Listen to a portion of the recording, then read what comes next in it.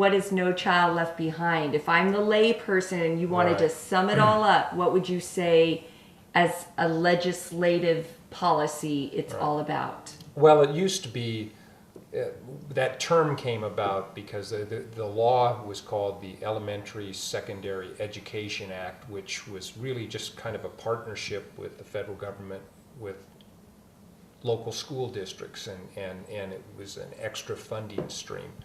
But under No Child Left Behind, the whole purpose of the law changed. It became much more a central focus instead of a support. It really took over the education system, and for the first time you started rating schools. In other words, are they successful or not?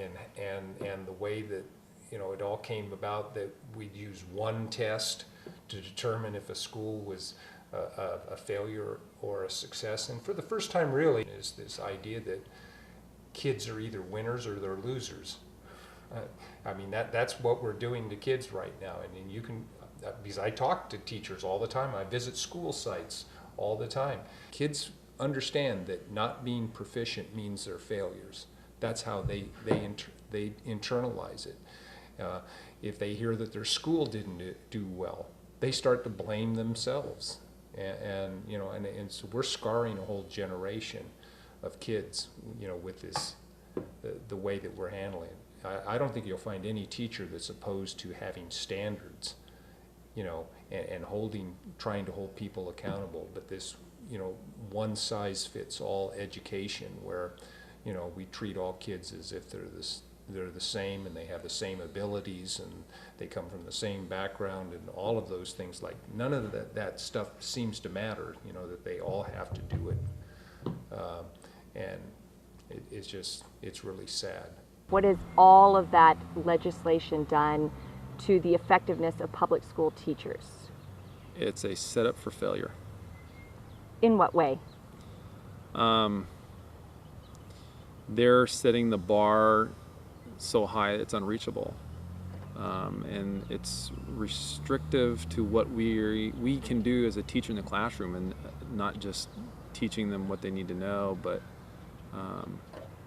teaching a human being, teaching kids to be not just producers but to be human. NCLB has taken away pretty much a teacher's ability to choose and plan curriculum based on individual student needs. Unfortunately, because of the demand to meet the criteria for proficiency on state tests, we as teachers have to plan our lessons around helping that student pass those tests. And it's not only for the sake of teachers and helping them to look good in the eyes of the public. Students are also bearing the brunt of doing well or not well on these tests. I had to get out of the grade that I was teaching in because I just couldn't handle the pressure of trying to have these kids meet the standards that the administration wanted them to meet and fit into that little box, and have the kids fit into the box that everybody wanted them to fit into, because I feel that was not in the best interest of the students. I think it's one of the worst things to hit public education. If we're trying to educate all children, no matter what walk of life, I think that it pits students against students in terms of their test scores. I think it pits teachers against teachers. It looks to blame by putting certain students on the bottom and certain students on the top. It ranks us against each other, and I don't see how it bolsters creative thought at all. I think it exacerbates the status quo in our society, where the haves have more and the have-nots have less. I think No Child Left Behind is actually doing the opposite of what it says to do. It sounds great, holding students and teachers accountable for their own learning, but what it actually does is, I think it actually reinforces all those discrepancies between the social classes. I think that if they want us to do what they think is right, then they should come show us how to do it. I think telling teachers who are in the classroom with their students all day, every day, that what you're doing is wrong based on your test scores, and what we're saying for you to do is right, is kind of foolish. You're coming in and saying that, based on nothing, based on my students' test scores, not knowing who that student is, not knowing if they care to take that test, not knowing if they have a disability, not knowing if there's outside influences affecting whether they learn well or not, that based on their test result, I'm a bad teacher. You know, I think No Child Left Behind is a great idea, but it's not, for me, it's not common sense to say that every single student is going to be proficient is kind of like not looking at the student as a learner. If you don't do what we say, we're going to punish you. And that is what NCLB was all based on, is punishment because you didn't comply. It's not punishment because your students scored poorly. It's not punishment because you have bad teachers. It's punishment because you did not comply. You did not arrive at the score we said you need to.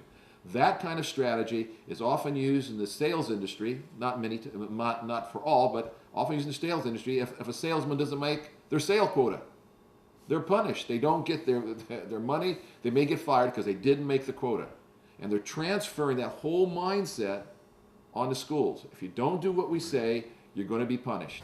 What No Child Left Behind Act has done to me is it has made teachers cover a book instead of teach to mastery. More of the kids that had great potential, our Einsteins, have been allowed to slack, allowed to just slide through with the rest of the class because they have not been challenged. Those kids that are sliding through the cracks, a lot of school districts now are,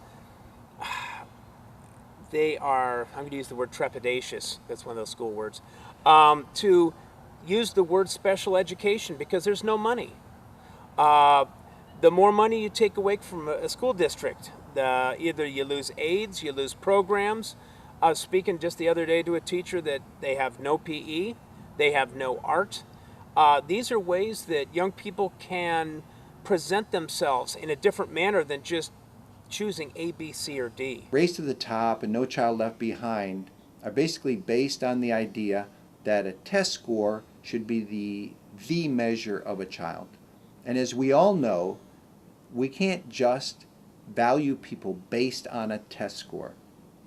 There are other things that are very important. People who are hardworking sometimes don't get high test scores, but they're hardworking, so they get ahead.